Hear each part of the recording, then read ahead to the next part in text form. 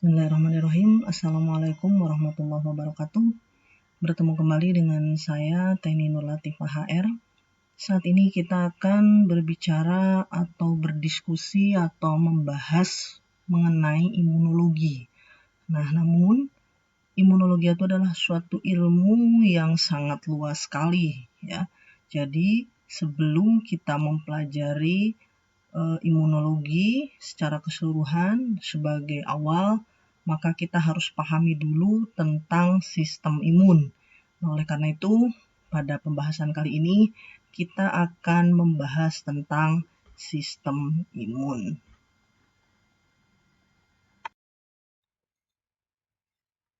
Apa sih sebetulnya sistem imun itu? Sistem imun itu merupakan suatu sistem yang berguna untuk mempertahankan tubuh dari invasi mikroorganisme dan kanker, ya, cancer. Jadi yang namanya sistem imun sebuah sistem, ya. Jadi bagaimana sistem tersebut, artinya kalau namanya suatu sistem, itu tentu ada pelaku sistem. Nah, bagaimana sistem tersebut melindungi diri, ya, melindungi tubuh dari serangan mikroorganisme ataupun kanker. Sistem imun itu terdiri dari sejumlah sel dan molekul. Tadi saya sampaikan bahwa yang namanya sistem pasti ada pelaku sistem. Nah, pelaku sistem di sini adalah sejumlah sel dan molekul yang mana dia mampu mengenali dan mengeliminasi hampir semua makhluk dan benda asing, apapun itu bentuknya, baik dalam bentuk senyawa atau molekul yang masuk ke dalam tubuh. Sistem imun ini secara fungsional memberikan respon yang disebut dengan respon imun. Nah, jadi nanti setiap kali kita belajar imunologi, yang pertama ada istilah sistem imun tadi, yang kedua pasti ada istilah respon imun. Nah, jadi respon imun itu terbagi menjadi dua. Yang pertama adalah recognition atau pengenalan, dan yang kedua adalah responnya itu sendiri. Nah, yang dimaksud dengan imun recognition itu apa? Jadi, recognition itu pengenalan bagaimana sistem imun ini mengenali sesuatu. Ya, bagaimana dia mengenali benda asing yang masuk gitu ya. Dan dia pun bisa membedakan apakah benda asing tersebut atau patogen tersebut berasal dari luar tubuh atau dari dalam tubuh itu sendiri. Yang selanjutnya, sistem imun ini akan memanggil sejumlah sel dan molekul untuk memberikan respon. Ini yang disebut dengan efektor respons. Nah, nanti kita akan bahas ya mengenai efektor respon. Nah, jadi sekali lagi, imun recognition, pengenalan, bagaimana dia mengenali. Selanjutnya ketika dia sudah mengenali, maka dia akan memanggil sejumlah sel dan molekul untuk memberikan respon. Setiap respon yang dihasilkan oleh sistem imun ini bersifat unik untuk setiap patogen. Nah, jadi contoh misalkan sekarang nih ya, lagi wabah corona. Corona itu berbentuk virus, ya. Nah, artinya dianya pun pasti punya suatu sifat tertentu ya, sehingga dia pun akan merangsang respon imun tertentu untuk virus corona itu. Jadi, sistem imun ini akan memberikan respon-respon yang berbeda-beda untuk setiap benda asing atau patogen yang masuk. Nah, respon ini ada dua. Yang pertama itu alami, atau kita sering sebut dengan istilah innate immunity. Nah, ini harus sudah familiar ya dengan istilah innate immunity.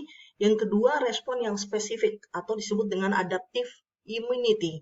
Nanti kita akan bahas satu persatu ya. Nah, spesifik atau adaptive immunity ini sangat cepat sekali dan besar. Jadi, salah satu contohnya misalkan jika kemudian terpapar lagi misalkan influenza ya, virus influenza.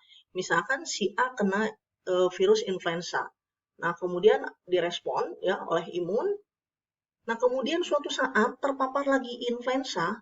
Nah, maka yang memberikan responnya itu adalah tidak direspon secara alami lagi, tetapi sudah lebih spesifik karena tubuh sudah mengenali ya bahwa oh ini virus yang dulu pernah menyerang tubuh kita. Nah, itu yang disebut dengan memory respon. Ya, jadi sistem imun tubuh kita ini memiliki sifat memory respon. Nah, apa itu imunitas? Imunitas itu adalah suatu kondisi tubuh kita sebagai perlindungan terhadap bahan-bahan asing yang berbahaya. Ya, jadi tadi patogen, pokoknya semua benda asing itu disebut dengan imunitas. Jadi suatu kondisi tubuh kita sebagai perlindungan dan memiliki komponen yang bersifat kurang spesifik dan sangat spesifik. Ini nanti yang akan kita bahas.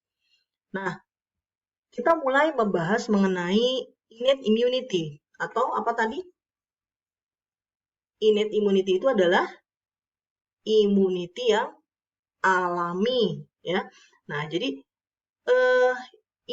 innate immunity ini adalah sudah ada sejak lahir. Jadi dia itu menangkal antigen apapun atau menangkal semua patogen apapun, ya. Jadi ini merupakan garis pertahanan pertama yang melindungi tubuh dari benda asing. Jadi setiap patogen atau benda asing yang masuk ke dalam tubuh kita, garis pertahanan pertamanya ini adalah innate immunity atau alami, ya. Nah,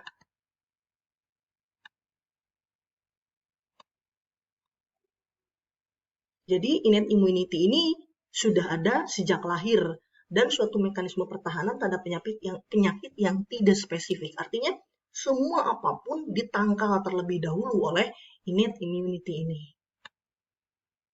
Nah, innate immunity ini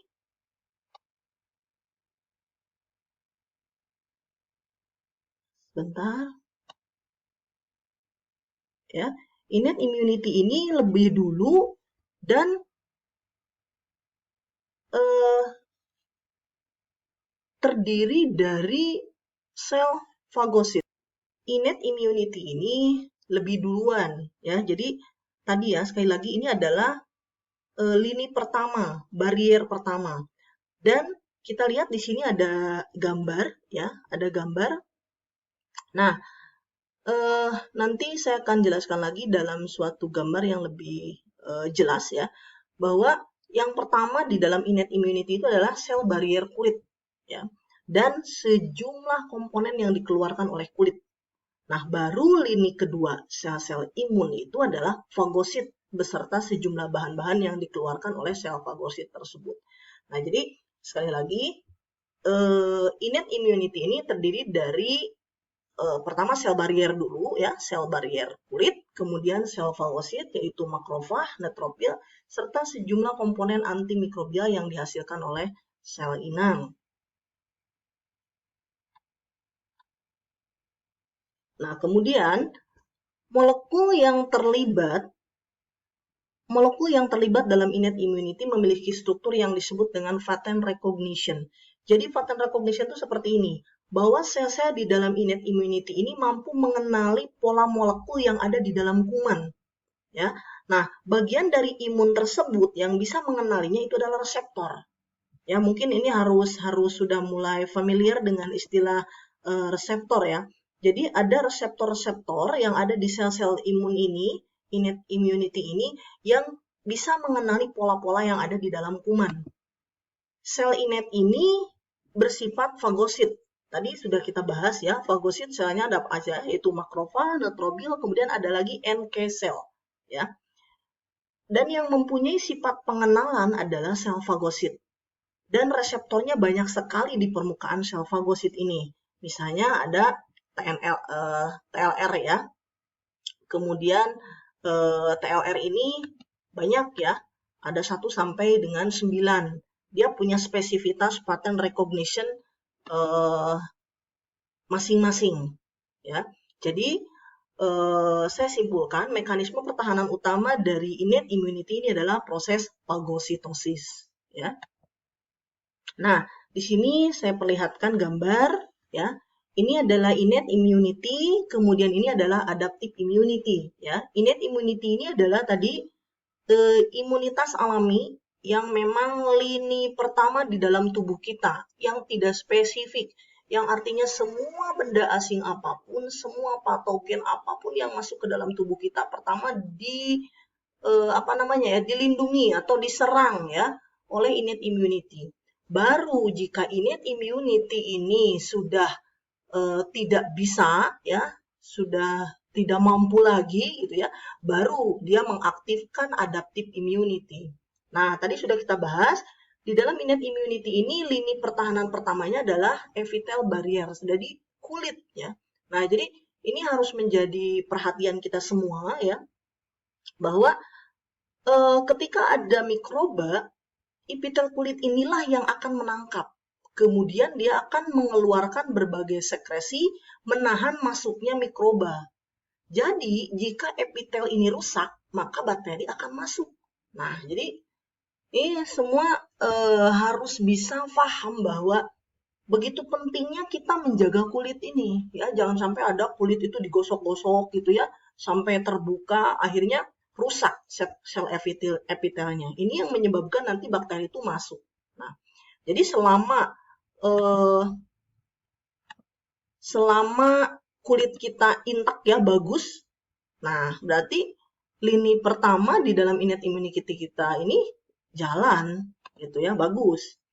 Nah, kemudian baru setelah epitel ini di bawahnya banyak sel-sel ya. Ini ya kita lihat. Pertama sel fagosit ya, ada terdiri dari dua yaitu makrofag dan neutrofil ya. Neutrofil itu yang intinya banyak ya. Kemudian yang makrofag itu yang intinya satu. Kemudian selain itu juga ada dendrit cell, kemudian ada NK cell, kemudian ada mast cell, yang semua ini adalah membantu di dalam innate immunity. Dan ada juga komplement ya, komplement ini adalah bahan protein asing. Ya, oke, saya kira sekian dulu pembahasan kita tentang innate immunity. Bersama saya Teni Nurlatifah HR.